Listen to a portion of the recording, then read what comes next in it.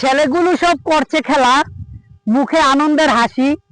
আমরা সবাই সারা বাংলার মানুষ ক্রিকেটকে ভালোবাসি। আমি ক্রিকেট খেলতে পারি না, তারপরও খেলতে চাই।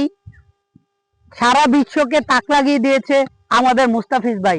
হ্যাঁ দর্শক, রিসেন্টলি যে কথাটা নিয়ে অবশ্যই সমালোচনা হচ্ছে সেটা হচ্ছে এই কলকাতা যে টিমের মধ্যে মুস্তাফিজ খেলার কথা ছিল, ওইখান থেকে মুস্তাফিজকে ইন্ডিয়ান বলবো রাষ্ট্রীয়ভাবে মানে এর ঘোষণা দেওয়া হচ্ছে যেন মুস্তাফিজ খেলতে পারবে না। এর কারণ হিসেবে যতটুকু জানতে পারছি, ওনারা বলছে যে হ্যাঁ সিকিউরিটি দিতে পারবে না। তাহলে এটা অত্যন্ত চিন্তার বিষয়। যদি একজন প্লেয়ারকে ওরা সিকিউরিটি না দিতে পারে, তাইলে যে সামনে আপনার টি-20 বিশ্বকাপ আসছে, আমাদের দলের তো কম করে হলো এই টিম ম্যানেজার হচ্ছে কোচ সহ প্রায় 30-40 জন মানুষ যাবে। তাহলে এতগুলো মানুষকে তারা কিভাবে সিকিউরিটি দেবে, এটা একটা প্রশ্ন থেকে যায়। আরেকটা বিষয় হচ্ছে তারা যদি সিকিউরিটি না দেয়, তাহলে আমরা হচ্ছে ইন্ডিয়াতে খেলবো না। ইন্ডিয়ান আইপিএল সহ ক্রিকেট খেলাকে আমরা বয়কট করব। আর আমাদের এই খেলার আয়োজন করতে হবে অন্য দেশে, অন্য কোনো নিরাপদ স্থানে করতে হবে। আমরা ভয় পাই না, কারণ আমাদের এই দেশে অনেক ভালো ভালো প্লেয়ার আছে মুস্তাফিজ সহ।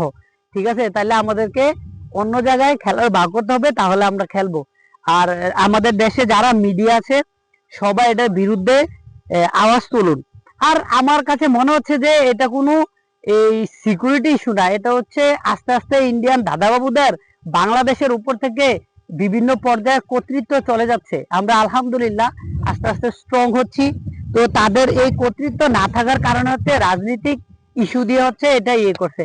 আর পাশাপাশি এখন যেহেতু মুস্তাফিজের বিষয়টা নিয়ে উঠছে, আমাদের অন্যান্য যে প্রতিবেশী দেশগুলা আছে তারাও এই জিনিসটা ফোকাস দিবেন এই বিষয়টার উপরে।